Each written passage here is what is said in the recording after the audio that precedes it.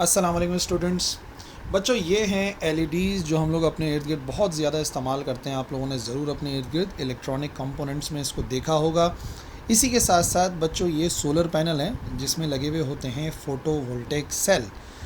और ये जो आपको नज़र आ रही है पिक्चर, एक्चुअली ये ऑक्सीमीटर है जिससे ऑक्सीजन लेवल मेजर करते हैं। इसमें लगे होते हैं फ़ोटो डायोड्स। बेसिकली आज जो है हम लोग जो लेक्चर कवर कर रहे हैं उसमें हम लोग डिस्कस करने वाले हैं इन्हीं तीनों चीज़ों के बारे में कि कैसे वर्क करते हैं और क्या क्या यूजेस हैं एलईडीज़ के, फ़ोटो डायोड्स के और फोटोवोल्टेइक सेल के, जो कि हमारे लास्ट लेक्चर यानी कि डायोड्स, पीएन जंक्शन डायोड की वर्किंग के हवाले से। तो चलिए स्टार्ट करते हैं लाइट इमिटिंग डायोड को समझने से। अब आप लोग बोलोगे ये क्या बात हुई, इसका तो नाम ही नहीं लिया गया था। एक्चुअली मैंने इसका नाम लिया था। जो लाइट इमिटिंग डायोड है एलईडी, वो actually special type of junction है, पीएन जंक्शन है, स्पेशल टाइप का पीएन जंक्शन है। इसमें आपको पता है एक पी टाइप और एक एन टाइप सब्सटेंस को मिक्स किया जाता है। इन विच करंट फ्लोज, इसमें करंट फ्लोज करता है when it is activated in forward direction. ठीक है। लाइट इमिटिंग डायोड की खास बात यह है, एक्चुअली ये एक डायोड होती है और जब इसमें से करंट पास होता है इन फॉरवर्ड डायरेक्शन तो इसमें से लाइट इमिट होती है। तभी आप देखो इसका नाम क्या है, लाइट इमिटिंग डायोड। इस प्रोसेस में ये जो फॉरवर्ड डायरेक्शन में करंट मूव करता है, तो इस प्रोसेस में जो इलेक्ट्रॉन है वो मूव करते हैं from negative side to positive side, यानी कि एन साइड से पी साइड की तरफ मूव करते हैं।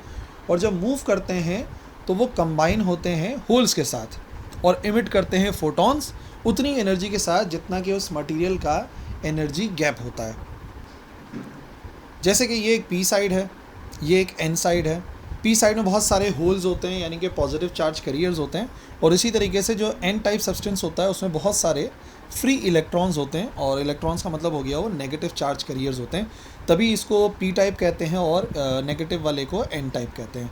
जब हम एक पी टाइप और एक एन टाइप सब्सटेंस को मिलाते हैं, इसी को दरअसल पीएन जंक्शन डायोड आगे चल के हम कहते हैं। तो होता क्या है कि पी और एन के दरमियान में एक जंक्शन बन जाता है, एक कॉम्बिनेशन बनता है, जिसकी वजह से जो इलेक्ट्रॉन्स होते हैं नैन साइड की तरफ वो मूव कर जाते हैं पी साइड पर, और जहाँ से वो मूव कर जाते हैं वहाँ पर वो पॉजिटिव चार्ज छोड़ जाते हैं।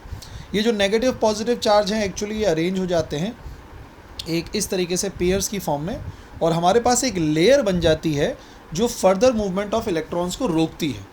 भाई ये जो नेगेटिव चार्ज है अगर ये इधर आने की कोशिश करेगा तो ये वाला नेगेटिव उसे रिपेल कर देगा, ठीक है ना। तो अब फर्दर मूवमेंट ऑफ इलेक्ट्रॉन रुक जाती है, हमारा करंट डिप्लीट हो जाता है, ख़त्म हो जाता है जो फ्लो हो रहा था, तो इसे कहते हैं डिप्लीशन रीजन।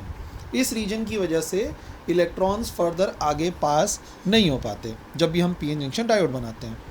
अब क्या है, अगर हमारे पास एक पीएन जंक्शन डायोड है और उसको मैं किसी बैटरी के साथ जोड़ देता हूँ इस तरीके से कि जो पी साइड है वो बैटरी के पॉजिटिव टर्मिनल से जुड़ जाए और एन साइड है वो बैटरी के नेगेटिव टर्मिनल से जुड़ जाए। पॉजिटिव को पॉजिटिव से जोड़ दिया, नेगेटिव को नेगेटिव से जोड़ दिया। तो लास्ट लेक्चर में हमने इसको समझा था कि इसे कहते हैं फॉरवर्ड बाइसिंग, ठीक है ना। ये फॉरवर्ड बाइसिंग कहलाती है, जिसके अंदर हमने पॉजिटिव को पॉजिटिव जोड़ दिया, नेगेटिव को नेगेटिव से, इसे maximum amount of current flow करता है। अब यहाँ से जब नेगेटिव चार्जेस मूव करेंगे, यहाँ से नेगेटिव चार्ज मूव करेगा, इधर नेगेटिव चार्ज मूव करेगा, तो यहाँ वाले नेगेटिव चार्ज को जो है वो रिपेल करना शुरू हो जाएगा, एनर्जी देना शुरू हो जाएगा।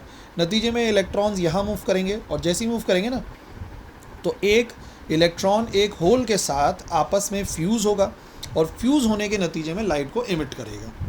ठीक है, दोबारा देखिए, एक और इलेक्ट्रॉन मूव करेगा यहाँ से यहाँ, और एक होल के साथ कंबाइन होकर एक्चुअली डिफ्यूज़ हो जाएगा और लाइट को इमिट कर देगा।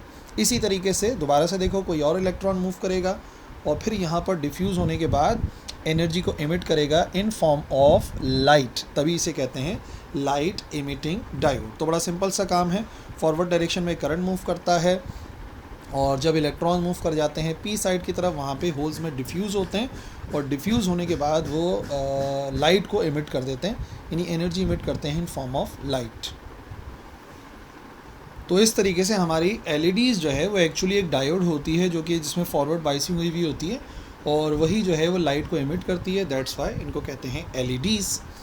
अच्छा जी, कुछ इंपॉर्टेंट बातें याद रखिएगा। जो सिलिकॉन डायोड हैं वो वर्क नहीं कर पाते इसके लिए, क्योंकि लास्ट क्लास में मैंने आपको सिलिकॉन और जर्मेनियम के बारे में बताया था।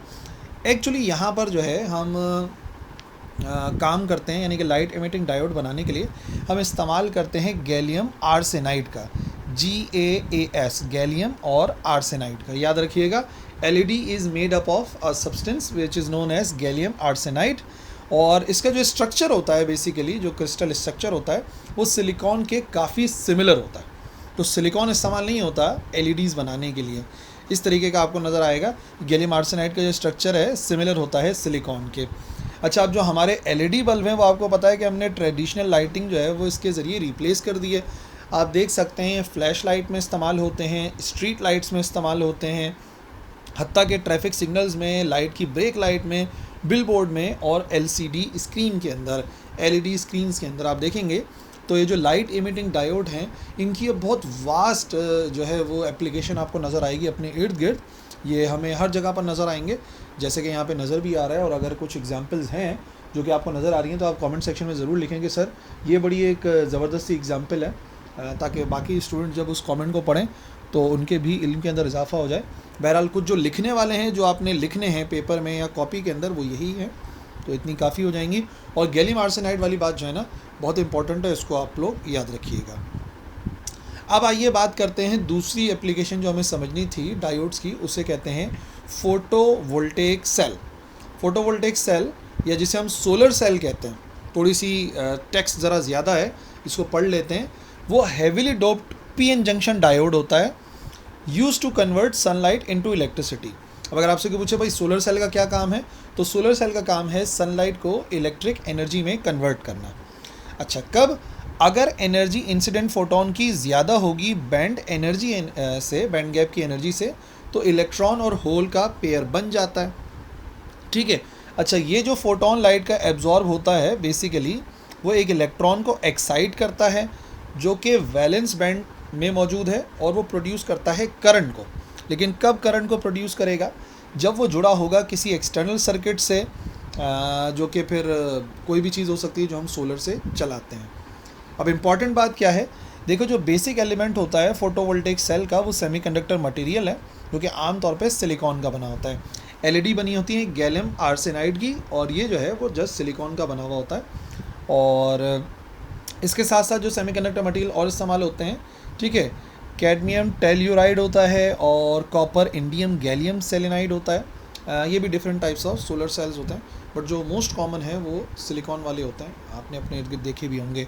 तो फोटोवोल्टेइक सेल बेसिकली छोटे छोटे सेल्स होते हैं जो कि हमारे सोलर पैनल को बनाते हैं। यानी बहुत सारे जब फोटोवोल्टेइक सेल मिलते हैं तो वो बनाते हैं सोलर सेल को। वो एक सेल नहीं होता, फिर वो मिलते मिलते मिलते मिलते पूरा का पूरा पैनल बन जाता है। ठीक है, देखो ये आ गया मिसाल के तौर पे ऊपर वाली सतह जो होती है, जो गिलास वाली सरफेस होती है, आपने देखी होगी। इसमें होता क्या है, नीचे यहाँ पर N साइड मौजूद होती है और फिर P साइड मौजूद होती है। दोबारा से मैंने आपको अभी समझाया था जब LED बता रहा था, थोड़ा सा और समझ लो।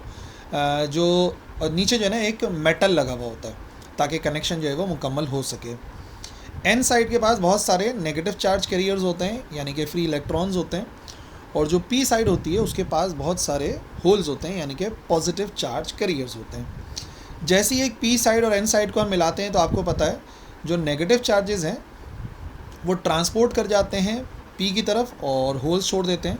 नतीजे में एक लेयर फॉर्म हो जाती है जिसको मैंने नाम बताया, इसको डिप्लीशन लीजन या डिप्लीशन लेयर कहते हैं। ठीक है, ये जो लेयर बन जाती है ये फर्दर मूवमेंट ऑफ इलेक्ट्रॉन्स को रोकती है। अब इलेक्ट्रॉन्स फर्दर तो मूव नहीं कर पा रहे, लेकिन मिसाल के तौर पर अगर यहाँ पर सनलाइट पहुँचती है, ठीक है, सन पहुँचता है, सनलाइट आ गई हमारे सामने, तो जैसे ही ये सनलाइट पड़ती है तो वो एनर्जी एमिट होती है, यहाँ से एनर्जी मिलेगी, और ये पतला सा होता है तो N साइड को क्रॉस करके डिप्लीशन रीजन तक पहुँच जाती है। जैसे ही इलेक्ट्रॉन्स को एनर्जी मिलती है जो डिप्लीशन रीजन में मौजूद होते हैं, तो वो इलेक्ट्रॉन्स मूव कर जाते हैं एक तरफ, और होल्स जो है उसके अपोजिट डायरेक्शन मूव करते हैं। और फिर यही जो दो हिस्से होते हैं, N होता है, P होता है, यहाँ पर हमने मेटल के पीसेस जोड़े हुए होते हैं जो कि कंडक्शन करेंगे। अगर हम कोई भी एक्सटर्नल सर्किट बनाएंगे तो फिर इलेक्ट्रॉन मूव करना शुरू हो जाएगा, नेगेटिव चार्ज यहाँ से लेके यहाँ तक। और फिर अगर मैं यहाँ पर कोई भी सब्सटेंस लगा देता हूँ, कोई बल्ब वगैरह लगाता हूँ, तो वो बल्ब ऑन हो सकता है। फ़ैन लगाऊंगा तो फ़ैन में चार्जेस मूव करेंगे। तो मेन बात यह है कि एक पतले एन टाइप जो रीजन बनाते हैं, वहाँ से सनलाइट क्रॉस करके पहुँच जाती है डिप्लीशन रीजन में, इलेक्ट्रॉन्स को एनर्जी देती है, इलेक्ट्रॉन्स एक तरफ मूव करते हैं और होल्स अपोजिट डायरेक्शन में, और इसी को हम कहते हैं कि करंट प्रोड्यूस हो गया। तो यही तो काम था, सनलाइट के ज़रिए इलेक्ट्रिसिटी को प्रोड्यूस करना। ये था main working of photovoltaic cell. अच्छा, एक टिपिकल जो पीएन जंक्शन होता है वो प्रोड्यूस कर सकता है 0.6 वोल्ट। ठीक है, जो पीएन जंक्शन है एक हमारा, वो 0.6 वोल्ट को प्रोड्यूस कर सकता है। अच्छा, बहुत सारे सीरीज़ के अंदर जोड़ देते हैं ताकि वोल्टेज ज़्यादा हो जाए। आपको पता है सीरीज़ में वोल्टेजेस ना एडअप हो जाते हैं, तो हाई वोल्टेज बनना शुरू हो जाता है। और ये जो सीरीज़ है पूरी स्ट्रिंग्स की, इनको कनेक्ट कर देते हैं पैरेलल विद फोटोवोल्टेइक पैनल। ठीक है ना, बहुत सारी सीरीज़ होती है, फिर वो आपस में पैरेलल जुड़े हुए होते हैं, जिसे हम सोलर पैनल का नाम देते हैं। छोटे छोटे बहुत सारे मिला दिए सीरीज़ में, और फिर वो सब आपस में जुड़ते हैं तो सोलर पैनल कहलाते हैं। अच्छा, एक बहुत अच्छा जो फोटोवोल्टेइक पैनल है, उसका आउटपुट जो है वो 50 वाट पर मीटर स्क्वायर होता है average, over day and night, Sunny और क्लाउडी जैसा भी हो। एवरेज अगर 1 मीटर स्क्वायर है और वो 1 मीटर स्क्वायर हमें अगर 50 वाट दे रहा है, तो इसका मतलब है वो अच्छा फोटोवोल्टेइक पैनल है।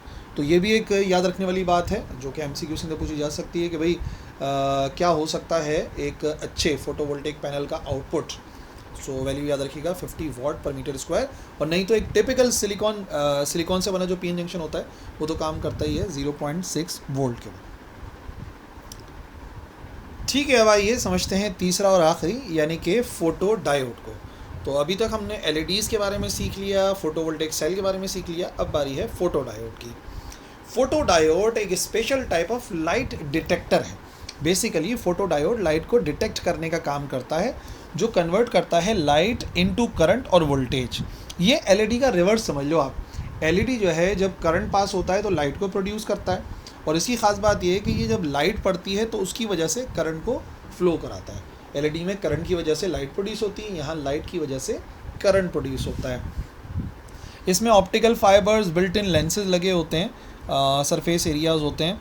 अच्छा, फोटो डायोड्स को यूज़ करते हैं रिवर्स बाइस्ड में, ये बात आप याद रखिएगा, जहाँ वोल्टेज जो है वो इनकरेज करता है फ्लो ऑफ फोटो करंट को, जिसकी वजह से उसकी जो सेंसिटिविटी होती है वो बढ़ जाती है।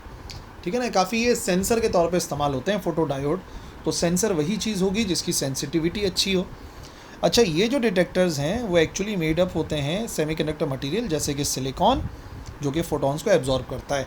गैलियम आर्सेनाइड से बनता है एलईडी, और नॉर्मल सिलिकॉन से ज़्यादातर बनते हैं फोटोवोल्टेइक सेल, और उसी से बनते हैं फोटो डायोड।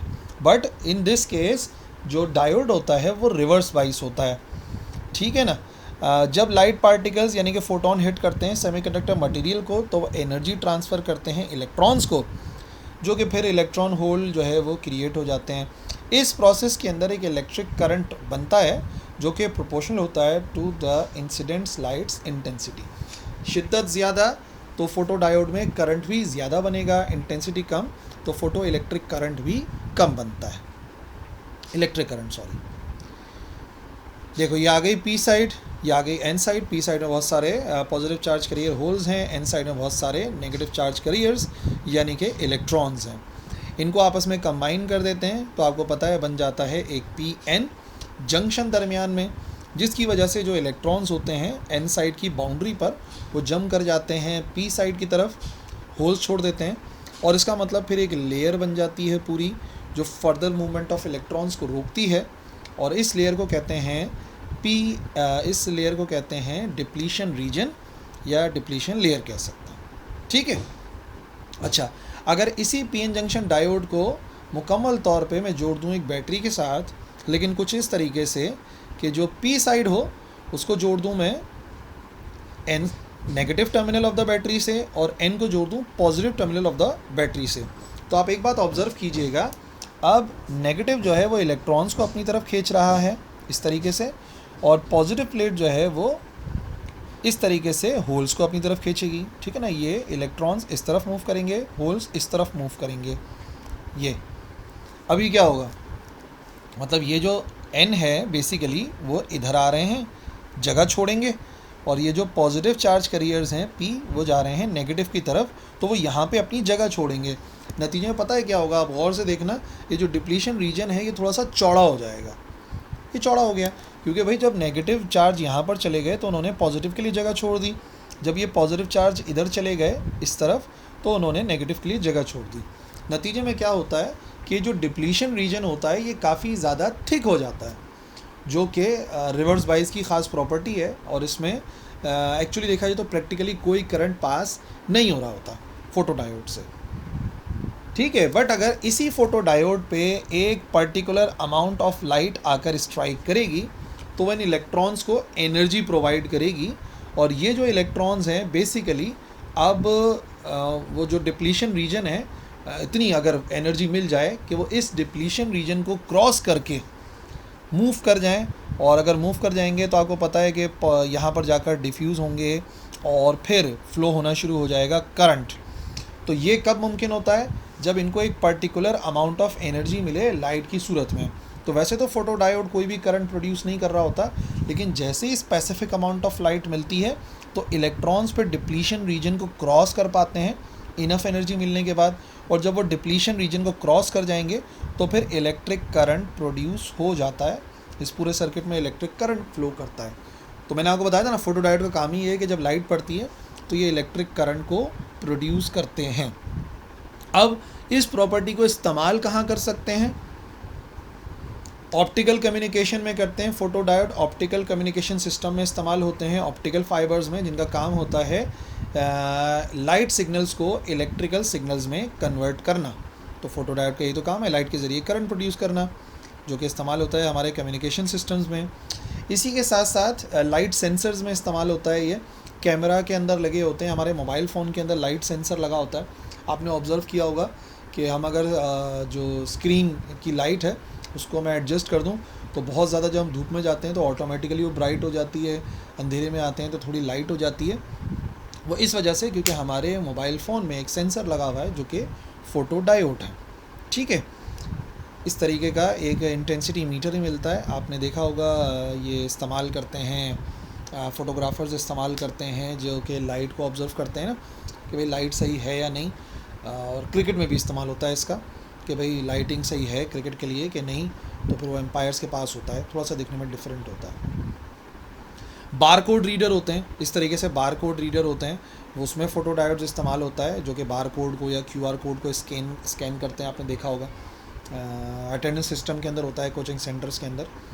और इसी के साथ साथ जो मेडिकल डिवाइसेस हैं उनमें भी इस्तेमाल होता है, जैसे कि ऑक्सीजन लेवल को नापने के लिए ऑक्सीमीटर, वीडियो के शुरू में मैंने आपको बताया था, ठीक है भाई। सो ये सारे जो आपको नज़र आ गए फोटोडायोड्स की वर्किंग है। और इसी के साथ साथ आप लोग याद रखो बच्चों कि हमने आज के लेक्चर के अंदर फ़ोटोवोल्टेइक सेल को भी स्टडी करा, हमने आज के लेक्चर के अंदर एलईडीज़ को भी स्टडी करा। तो आज का लेक्चर बेसिकली हमारे पास यही था, हमें 3 चीज़ों को स्टडी करना था, एलईडी को, फोटोडायोड्स को और फोटोवोल्टेइक सेल्स को। और मैं उम्मीद करता हूँ कि आपको समझ में आ गया होगा, और क्योंकि थ्योरी का टॉपिक था तो जितना कॉपी के अंदर लिखना था वो भी मैंने आपको वीडियो के अंदर दिखा दिया। आप वीडियो को रोक कर उसको नोट कर सकते हैं। That's all for this video. अल्लाह हाफ़िज़।